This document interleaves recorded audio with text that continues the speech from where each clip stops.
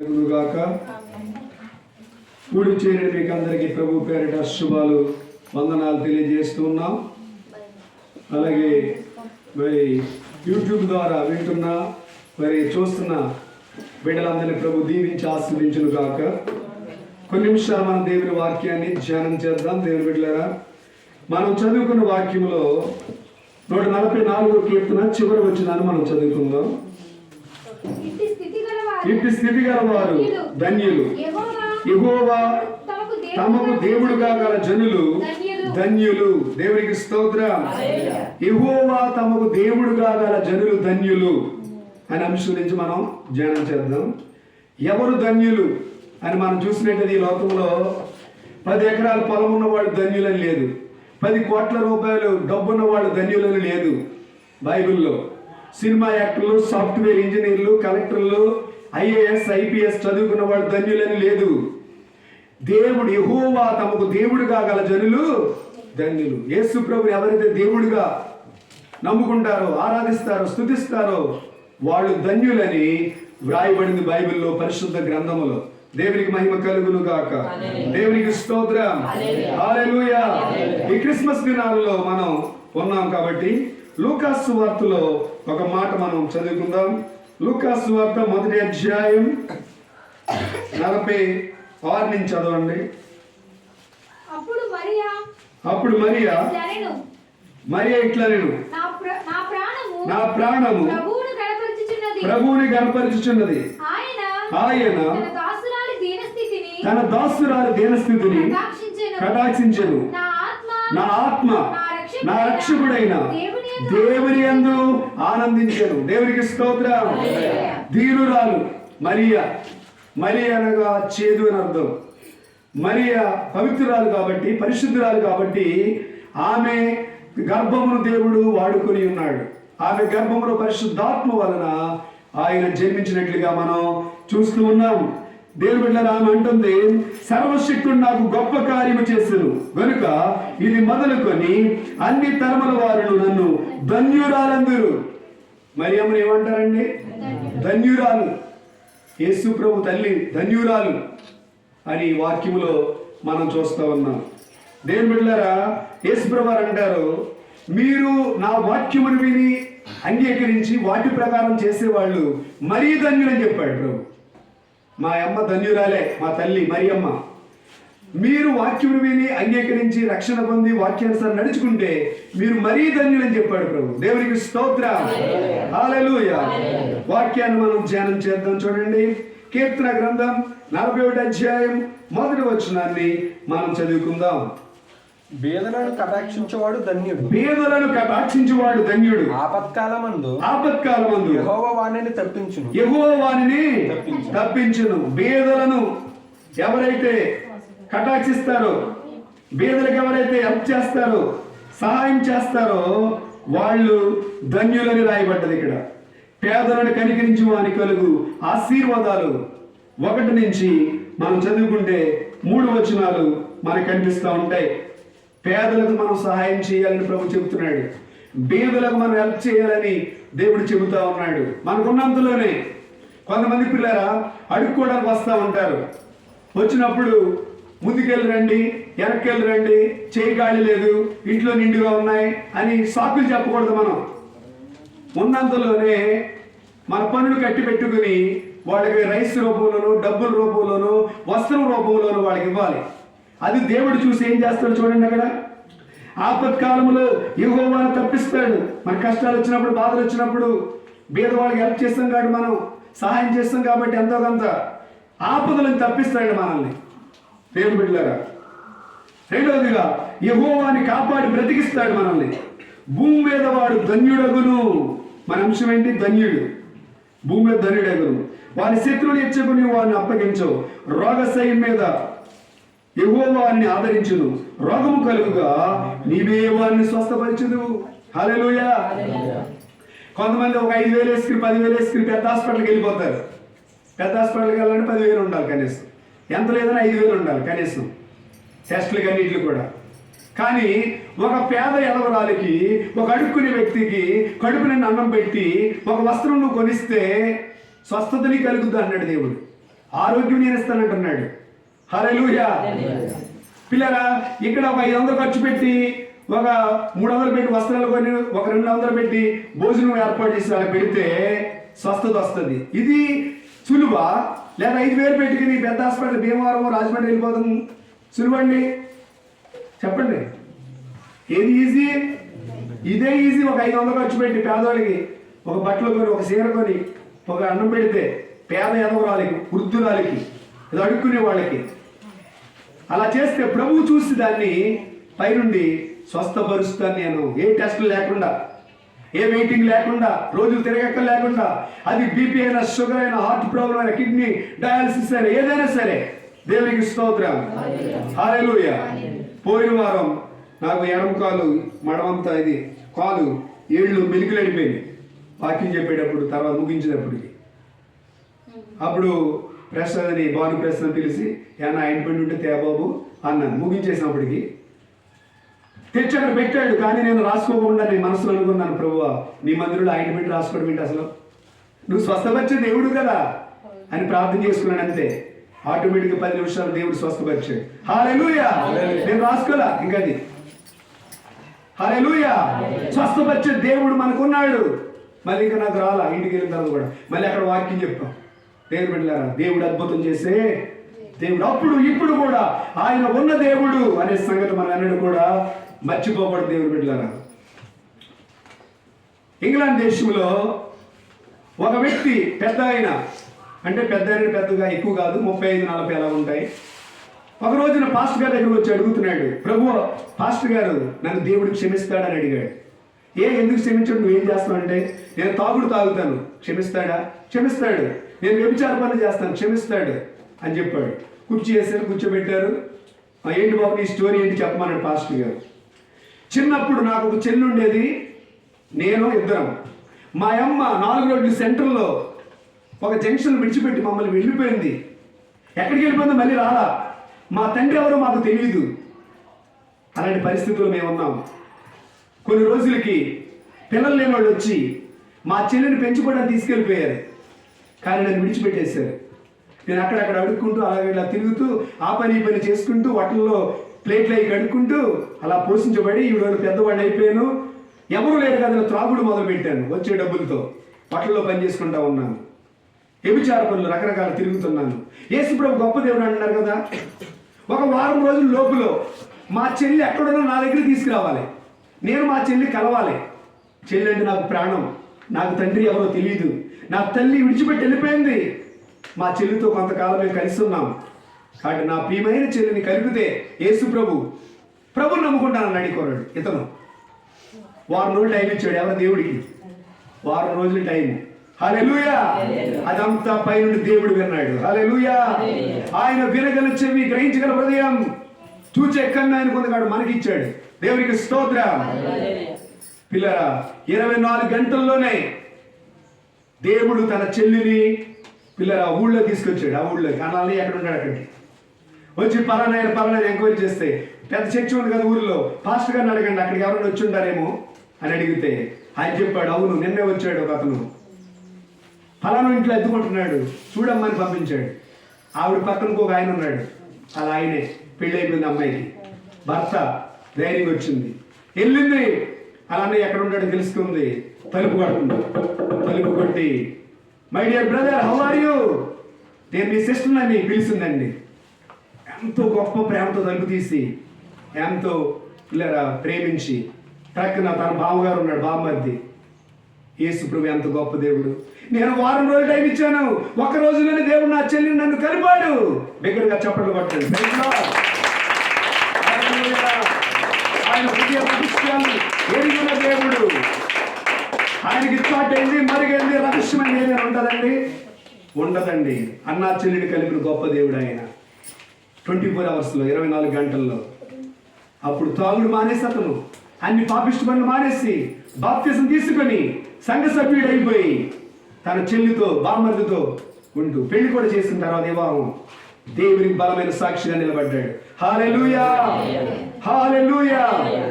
ప్రభునందు పిల్లారా, దేవుని బిడ్డలారా, ఎవరు ధన్యులు? బీదల కటాక్షించి వాడు ధన్యుడు. 2వ పాయింట్ మనం చూద్దాం. కీర్తన 1:2. కీర్తనలు 1:2. యెహోవా ధర్మశాస్త్రం యెహోవా ధర్మశాస్త్రమునందు ఆనందించుచు దివారాత్రులు దాన్ని ధ్యానించు వాళ్ళు ధన్యులు. ధర్మశాస్త్రం అనే వాక్యం డే అండ్ నైట్ మనం రీడింగ్ చేయాలి, మెడిటేషన్ చేయాలి, ధ్యానం చేయాలి, చదవాలి. బైబిల్ గ్రంథం వాళ్ళ ధన్యులని వాక్యం చెబుతుంది. స్త్రీలు, పురుషులు, పిల్లలు, యవనస్తులు, సేవకులు అందరూ వాక్యమును ధ్యానం చేయాలి.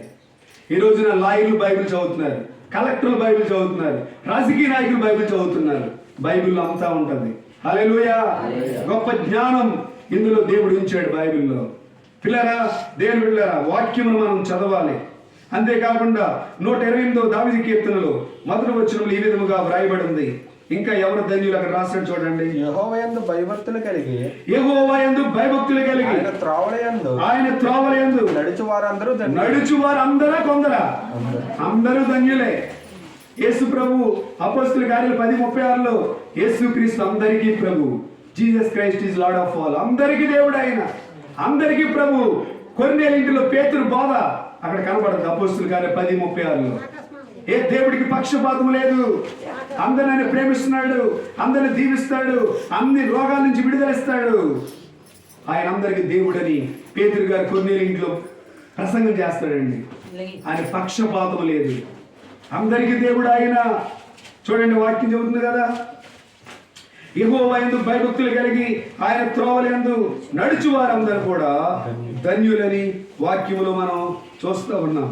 119వ కీర్తన మొదటి వచనం కూడా చదవండి. 119 ధర్మశాస్త్రం అనుసరించి యెహోవా ధర్మశాస్త్రం అనుసరించి నిర్దోషిగా నడుచుకునేవారు ధన్యులు. నిర్దోషులు ధన్యులు. ధర్మశాస్త్రం అనుసరించిన వాక్యం. దోషం ఉండకూడదు, దేవుడు నమ్ముకున్నాక అపవిత్రత ఉండకూడదు, నిర్దోషం ఉండాలి, నిష్కలంకంగా ఉండాలి. పిల్లల దేవుని బిడ్డలు వారు ధన్యులని వాక్యంలో మనం చూస్తున్నాం. దేవుని బిడ్డల ప్రకటన గ్రంథం చదువుకుందాం. ప్రకటన గ్రంథం 1వ అధ్యాయం 3వ వచనం. ఇంకా ఎవరు ధన్యులు అక్కడ రాస్తారు? సమయము సమీపించినది కనుక ఈ ప్రవచన వాక్యములు చదువువాడు వాటిని విని ఇందులో వ్రాయబడిన సంగతులను గైకొని వారు ధన్యులు. విన్నవారు ధన్యులు, చెప్పేవారు ధన్యులు, గైకొని వారు ఇంకా ధన్యులు. దేవునికి స్తోత్రం. కొంతమంది వింటారు కానీ అనుసరించరు, కొంతమంది చదువుతారు కానీ అనుసరించరు. అనుసరించాలి వాక్యాన్ని. దేవుని బిడ్డలారా, ఎంత క్లియర్ గా భక్తుడు యోహాను రాసిన చూడండి. సమయము సమీపించి ఉన్నది, దగ్గరికి వచ్చేసిన టైము రెండవ రాకడ దగ్గర వచ్చేస్తుంది. ప్రభు ఎప్పుడు వస్తాడో తెలియదు. ఇదిగో నేను త్వరగా వచ్చుచున్నాను, వారి క్రియలు చొప్పున ప్రతిఫలం ఇస్తానని ప్రభు చెబుతా ఉన్నాడు. ఆయన వచ్చేటప్పటికి మన రక్షణ పొంది ఉండాలి, నీటి బాప్తిస్మం, ఆత్మ బాప్తిస్మం పొందుకుని ఉండాలి. అప్పుడు మన పేరు జీవ గ్రంథంలో రాయబడి ఉంటుంది. దేవునికి స్తోత్రం. హల్లెలూయా. యేసు రాజుగా వచ్చున్నాడని పాటంగా పాడారు కదా ప్రసాద్. కాబట్టి ప్రతి ఒక్కరు ఒకసారి ఆశ్చర్యపోవాలి. అంటే చర్చి దగ్గరికి మనం చూసినట్లయితే వాక్యంలో ప్రకటన గ్రంథంలో వ్రాయబడింది కదండి. ప్రవచన వాక్యం విని వాటిలో వ్రాయబడిన సంగతులు గైకొని వారు ధన్యులని వ్రాయబడ్డది. చదవండి. లూకాసు వార్తలో 11:28లో ఈ విధంగా వ్రాయబడ్డది. చూడండి, లూకాసు వార్త 11:28 చదవండి. అవును గాని దేవుని వాక్యం విని దాని గైకొని వారు మరీ ధన్యులని. ఇందాక నేను చెప్పాను కదా, ఆ విషయాలు అక్కడ కనిపించి ఉన్నాయి. నెక్స్ట్ యోబు గ్రంథం చూద్దాం. యోబు గ్రంథం 5:17 చదవండమ్మా. యోబు గ్రంథం 5:17. దేవుడు గద్దించు మనుష్యుడు ధన్యుడు అని అక్కడ రాయబడ్డది. దేవుడు గద్దించు మనుష్యుడు ధన్యుడు. కాబట్టి సర్వశక్తుడగు దేవుని శిక్షను మనం తృణీకరించకూడదంట. కొన్నిసార్లు పరీక్షలు ఉంటాయి దేవుడి ద్వారా. పరీక్షలు దేని కోసం? ప్రమోషన్ కోసం. సాతాను శోధిస్తుంది, దేవుడు ఏం పరీక్షిస్తాడు భక్తుల్ని. అర్థమవుతుందండి? ఆ శోధనకు మనం తట్టుకునే కృప ప్రభువా నాకు దయచేయనని ఇసుగుదల చెందుకోకుండా దేవుడి గద్దింపుకి, దేవుడి పరీక్షకి తట్టుకోవాలి, ఓర్చుకోవాలి, ప్రార్థన చేయాలి.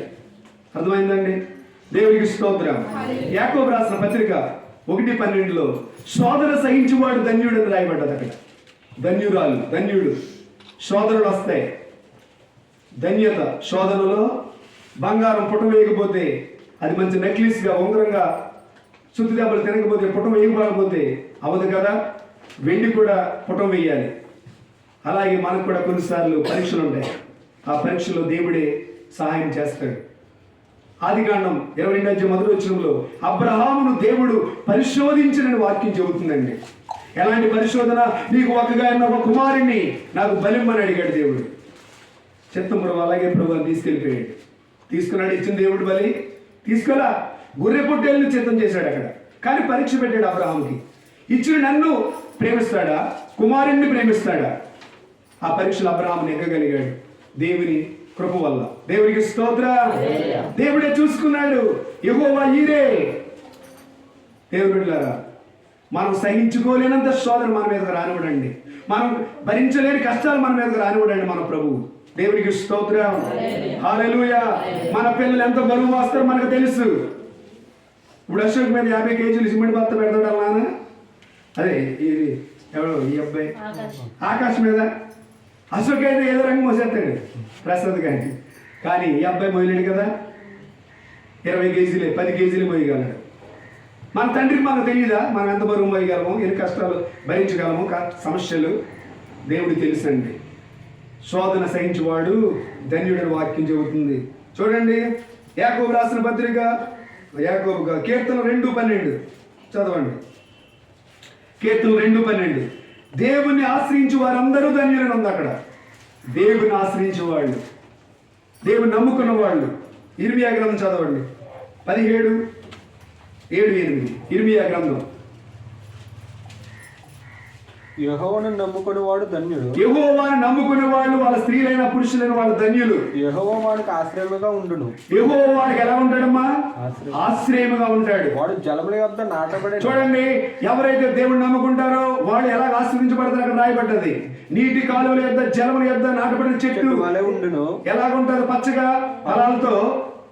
అది కాలువల వరను దాని వేళ్ళు తన్నుతాయి. వెట్టగలిగిన కష్టాలు వచ్చినా, సమస్యలు వచ్చినా దానికి భయపడదు. కారణం ఏంటంటే నీటి కాలువ పక్కన ఉన్న చెట్టు ఎప్పుడు పచ్చగా ఉంటది. దాని ఆకులు పచ్చగా ఉంటాయి. నీ కుటుంబం నువ్వు పచ్చగా ఉండాలంటే దేవుని ఆశ్రయించాలి, దేవుని నమ్ముకోవాలి, ఆయన అడుగుజాడ నడుచుకోవాలి, ఆయన వాక్యాన్ని చదవాలి. దేవుని బిడ్డలారా, వర్షం లేని సంవత్సరమున ఒక్కొక్కసారి వర్షాలు లేకపోయినా అది చింతనందదు, కాపు మానదు. కారణం ఏంటంటే ముందే నీళ్లు లాగేస్తుంది. అది బోధి పక్కన ఉంది కదా, కాలువ పక్కన ఉంది కదా. దేవునికి మహిమ కలుగును గాక. ఆ నీరేంటో తెలుసా? వాక్యం. ప్రతిరోజు మన వాక్యం చదవాలి, వాక్యానుసారం నడుచుకోవాలి. దేవుని బిడ్డలారా, చూడండి, యెహోవా తమకు దేవుడిగా గల జనులు ధన్యులని మనం చూస్తాం. చూడండి, 133వ కీర్తన 12వ వచనం చదవండి. 33వ కీర్తన 12వ వచనం.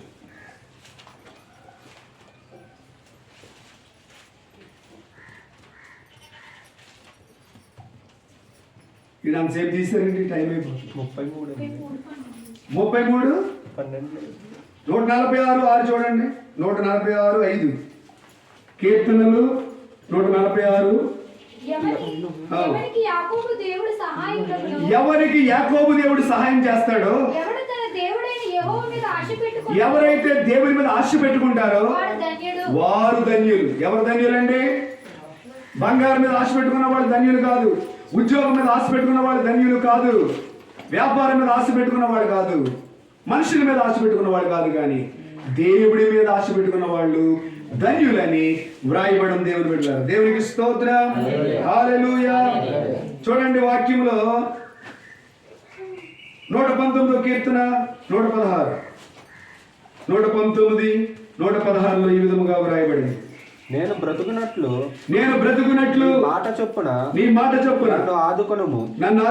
నా ఆశ భంగమై నేను సిగ్గునందకు ఇందును కదా. నా ఆశ భంగమై సిగ్గునందకు ఉందును. ఆయన ఆశ్రయించేవాడు సిగ్గుపరిచే దేవుడు కాదు. ఆయన లేవనెత్తే దేవుడు, బలపరిచే దేవుడు, స్థిరపరిచేవాడు. దేవుని బిడ్డలారా, ఈ రోజున దేవుని వాక్యములో వ్రాయబడింది. 30వ యెషయా గ్రంథం 18వ వచనం కూడా చదువుకుందాం. యెషయా గ్రంథం 30వ అధ్యాయం 18వ వచనం. కావున మీ యందు దయ చూపవలెనని యెహోవా ఆలస్యము చేయుచున్నాడు మిమ్మల్ని కరుణింపవలెనని ఆయన నిలవబడి ఉన్నాడు యెహోవా న్యాయము తీర్చు దేవుడు ఆయన నిమిత్తము కనిపెట్టు వారందరూ ధన్యులు. హల్లెలూయా. బెతెస్దా కోనేటి దగ్గర 38 సంవత్సరాలు బట్టి ఒక రోగి కనిపెట్టాడు. యోహాను సువార్త 5వ అధ్యాయంలో ప్రభువే సాక్షాత్తు ప్రభు వచ్చి స్వస్థపడగోరుచున్నావా అని చెప్పి ఆయన బాగు చేశాడు. ప్రభు 38 సంవత్సరాలు కనిపెట్టాడండి. రక్తస్రావం స్త్రీ 12 సంవత్సరాలు కనిపెట్టింది. ఆయన వస్త్రపు చెంగు ముట్టుకుంటే నేను బాగుపడతాను అనుకుంది. విశ్వాసంతో వెళ్ళింది, జనంలో తప్పించుకుంటూ యేసుప్రభు అంగీని ముట్టుకుంది. యేసుప్రభు ఉన్న ప్రభావం వస్త్రం ఉన్న ప్రభావం ఆమెలోనికి వెళ్ళింది. వెంటనే రక్తధార కట్టాడిపోయింది. అందరూ చప్పట్లు కొట్టి ఇకపోతే 18 సంవత్సరాలు నడుము ఉండిపోయింది. ఒక ఆమెకు దెయ్యం పట్టుకొని నడాన్ని పట్టుకుందండి దెయ్యం. చాలా మంది ఏమంటే నడుము పోట్లండి, బ్యాక్ పెయిన్ అంటున్నారు. నరాల వీక్నెస్, తల బాధలు, రకరకాల అనారోగ్య సమస్యలు. సాతాను కట్టింది కట్లు ఆమెకి. యేసు ప్రభువారు అమ్మా నువ్వు చక్కగా నిలబడని ఆ నడు మీద అస్తమంచుగా మాట సెలవీగా దేవుడి శక్తిని పోని 18 సంవత్సరాలు కనిపెట్టింది. దేవుడు కార్యం చేశాడా లేదా? కార్యం చేశాడు. హల్లెలూయా. ఆలస్యమైన అద్భుతం చేస్తాడు. నువ్వు కనిపెట్టి ప్రార్థించే. బిడ్డ లేక బాధపడుతున్నావా? ఆర్థిక ఇబ్బందులు, అప్పులతో బాధపడుతున్నావా? ఇల్లు లేక బాధపడుతున్నావా? విదేశాలు వెళ్ళాలి కానీ అవట్లేదా పని? కనిపెట్టు, ప్రార్థించే, వెయిట్ చేయి. తప్పకుండా ప్రభు ఆయన సమయంలో ఆయన టైంలో దేవుడు మన కార్యం చేస్తాడు. దేవునికి స్తోత్రం. హల్లెలూయా, హల్లెలూయా. ఆయన కొరకు కనిపెట్టువారు ధన్యులు. పక్షవాయువు రోగిని దేవుడు స్వస్థపరిచాడు. 38 సంవత్సరాలు బట్టి కనిపెట్టాడు. బెతెస్దా కోనేటి దగ్గర నాకెవరు లేరు అని చెప్పాడు. తన గాథ చెప్పుకున్నాడు, తన దీన గాథ, తన పరిస్థితులు చెప్పుకున్నాడు ప్రభుకి. నీవు కూడా నీ పరిస్థితులు చెప్పుకుంటావా? రక్తస్రావ స్త్రీ తన సంగతి అంతా ప్రభుకు చెప్పుకుంది. అమ్మా కుమారి ధైర్యం ఉన్నమ్మా, నీ విశ్వాసమే నేను స్వస్థపరిచింది, సమాధానం గలదనివై ఇంటికి వెళ్ళు అని ప్రభు చెప్పాడండి. స్వస్థపరిచి ఆమెను పంపించాడు. 18 సంవత్సరాలు నడుముకుపోయిన స్త్రీ సాతాను కట్ల చేత మనశ్శాంతి లేక, శాంతి లేక, రాత్రిలప్పుడు నిద్రపోక, నిటారుగా నిలబడే శక్తి లేక, ఎన్నుకోసం ఉంగిపోయి ఎన్నో బాధలు పడ్డది. కానీ ఆమె సూసైడ్ చేసుకోవాలనుకుందా? చచ్చిపోదాం అనుకుందా? అనుకోలా. చచ్చిపోయి ఏం సాధిస్తావు? బతికుండి సాధించాలి. నీ కాలం రాకమునుపు నువ్వేలా మరణిస్తావు అని దేవుడు మాట్లాడుతున్నాడు. దేవుని బిడ్డలారా, నీ నిరీక్షణ ప్రభు మీద ఉంచు. డాక్టర్ల మీద కాదు, రాజకీయ నాయకుల మీద కాదు, డబ్బు మీద కాదు నీ ఆశ పెట్టుకోవడం. యాకోబు ఎవరి మీద ఆశ పెట్టుకున్నాడు? ప్రభు మీద. దావీదు ఎవరి మీద ఆశ పెట్టుకున్నాడు? ప్రభు మీద. రక్తస్రావ స్త్రీ ఎవరి మీద ఆశ పెట్టుకుని వెళ్ళింది? ప్రభు మీద ఆశ పెట్టుకుని వెళ్ళింది. నా ప్రభు నన్ను స్వస్థపరుస్తాడని. బెతెస్దా కోనేటి దగ్గర ఆ దేవదూత నీళ్లు ఆటి చూశాడు. ఎవరు ముందు దిగుతారో వాళ్ళకి స్వస్థత కలుగుతుంది. కానీ ఇతను దిగలేకపోతున్నాడు, దేక్కుంటూ పాక్కుంటూ వెళ్తున్నాడు. ఈ లోపల మరొక రోగి దిగుతున్నాడు, ఆడికి స్వస్థత వస్తుంది. ఇతను అలాగే ఉండిపోయాడు. ఆ విషయాలు ప్రభువు తెలిసినాయి. హల్లెలూయా.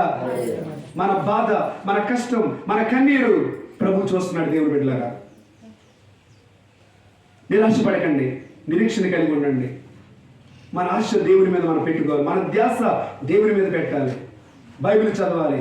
ఉదయం తెల్లరగట్ల ప్రార్థన చేయాలి ప్రతిరోజు. అప్పుడు నీ కోరికలు తీరుస్తాడు. నీ ఆశ భంగం చేయడు.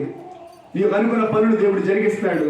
దేవుని బిడ్డలారా, ఇంకా మనం చూస్తే మత్తయి సువార్తలో 5వ అధ్యాయంలో 9 ధన్యతలు మనకు కనబడతాయి. ఆత్మ విషయంలో దీనులైన వారు ధన్యులు, పరలోక రాజ్యం వారిది. 3వ వచనం. దుఃఖపడి వారు ధన్యులు, వారు ఓదార్చబడతారు. సాత్వికులు ధన్యులు, వారు భూలోకాన్ని స్వతంత్రించుకుంటారు. నీతి కొరకు ఆకలి తప్పులు గలవారు ధన్యులు, వారు తృప్తిపరచబడతారు. కనికరం గల వారు ధన్యులు, వారు కనికరం పొందుతారు. హృదయ శుద్ధి గల వారు ధన్యులు, వారు దేవుని చూస్తారు. హృదయ శుద్ధి కావాలి, ఆత్మశుద్ధి కావాలి. అప్పుడు దేవుని మనం చూడగలం. సమాధానపరిచి వారు ధన్యులు, వారు దేవుని కుమారులు అనబడతారు, కుమార్తెలు అనబడతారు. నీతి నిమిత్తం హింసించబడి వారు ధన్యులు, పరలోక రాజ్యం వారిది. నా నిమిత్తము జనులు మిమ్మల్ని నిందించి హింసించి మీ మీద అబద్ధముగా చెడ్డ మాటలు పలుకులప్పుడల్లా మీరు ధన్యులు, సంతోషించి ఆనందించుడి, పరలోకమున మీ ఫలం అధికమవుద్ది. దేవుడిలారా 9 ధన్యతలు ఇక్కడ మనకు కనబడతా ఉన్నాయి. ఈ రోజున యెహోవా తమకు దేవుడిగా గల జనులు ధన్యులని వాక్యం చెబుతుంది. నువ్వు ధన్యుడిగా ఉన్నావా, అన్యుడిగా ఉన్నావా? ప్రియ సహోదరి సహోదరుడా, ఇంకా అన్యురాలుగా నీవు ఉన్నావా, అన్యుడిగా నీవు ఉన్నావా? అలా కాదు, అది మంచి పద్ధతి కాదు. ధన్యుడిగా మారు, ధన్యురాలుగా మారు. 84వ కీర్తన ఒకసారి చదవండి. 84వ కీర్తన 4వ వచనం చివరిగా, నీ మందిరమునందు నివసించువారు ధన్యులు. దేవునికి స్తోత్రం. మందిరములో నివసించేవారు, మందిరానికి వస్తున్న వారు ధన్యులు, రక్షణ పొందిన వారు ధన్యులు, వాక్యమును గైకొని వారు ధన్యులని దేవుని వాక్యం సెలవిస్తుంది. దేవుని బిడ్డలారా, ఎంతకాలం సమయం వెయిట్ చేస్తావు? ఎవరు దేవుడు తెలియక తర్జన భర్జన అవుతున్నావా, కన్ఫ్యూజ్ అవుతున్నావా? యేసు ప్రభు నిజమైన దేవుడు, నిత్య జీవం ఇచ్చే దేవుడు, సర్వాధికారి అయిన దేవుడని వాక్యం సెలవిస్తుంది. దేవుని బిడ్డలారా, ఆయన అందరికీ దేవుడు. దేవుడు అంటే దేవుడే. భర్త ఒక్కడే, తండ్రి ఒక్కడే, అమ్మ ఒక్కతే, నాన్న ఒక్కడే ఉంటారు. అలా దేవుడు కూడా ఒక్కడే. ఆయన ప్రభు అయిన యేసుక్రీస్తు సర్వలోక పాప పరిహారం రక్త ప్రోక్షణ అవశ్యం తద్రక్తం పరమాత్మైన పుణ్యదాన బలియాగమని వేదాల్లో కూడా వ్రాయబడింది. దాని అర్థం ఏంటి? లోకంలోని మానవులు కంటి చూపు ద్వారా, నోటి మాట ద్వారా పాపం చేస్తున్నారు. చేతుల ద్వారా పాపం, అది వ్యభిచారం కావచ్చు, నరహత్య కావచ్చు, తాగుడు కావచ్చు, లంచాలు తీసుకోవడం కావచ్చు, ఏదైనా పాపమే కదా. నీ పాపం పోవాలంటే రక్త ప్రోక్షణ కావాలి. ఆ రక్తం కోడెల రక్తం కాదు, మేకల రక్తం కాదు, ఎద్దుల రక్తం కాదమ్మా. అయ్యా బాబు, పరమాత్ముడే బలైపోవాలి. పరమాత్ముడే రక్తం కార్చాడు. వేదాలు ఘోషిస్తా ఉన్నాయి, బైబిల్ చెప్తా ఉంది. రక్త ప్రోక్షణ కలగకుండా పాపక్షమాపణ కలగదని ఎబ్రీలు రాసిన పత్రికలో పౌలు భక్తుడు రాశాడు. ఈ రోజున ఆ రక్తం ఎవరిది? పరమాత్ముడే, పరిశుద్ధుడు, ఆయనే ప్రభు అయిన యేసుక్రీస్తు. నీ నా పాపముల కొరకు, సర్వ మానవాళి పాపముల కొరకు ఆయన రక్తము కార్చాడు. ఆయనే ప్రభు అయిన యేసుక్రీస్తు. ఆయన దేవుడు, చనిపోయి తిరిగి లేచిన దేవుడు, మృత్యుంజయుడు, మరణాన్ని ఓడించి జయించిన దేవుడు ప్రభు అయిన యేసుక్రీస్తు ఒక్కడే. కాబట్టి ఆ ప్రభుని నమ్ముకో, ఆ ప్రభు వాక్యానుసారంగా నడుచుకోవాలని, మీరు పరలోకం చేరాలని ప్రభు పేరిట మనం చేస్తూ ఉన్నాం. ఎవరు ధన్యులు? బీదలను కటాక్షించి వాడు ధన్యుడు, వాక్యాన్ని చదివి ధ్యానించేవాడు ధన్యులు, ఆయన యందు భయభక్తులు కలిగిన వాడు ధన్యులు.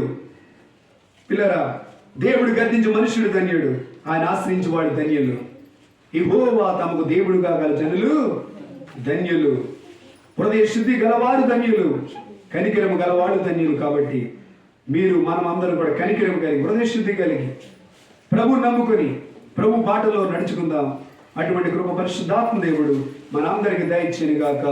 దేవుడు మిమ్మల్ని అందరిని బహుగా ఆశీర్వదించి దీవించును గాక. ఆమేన్.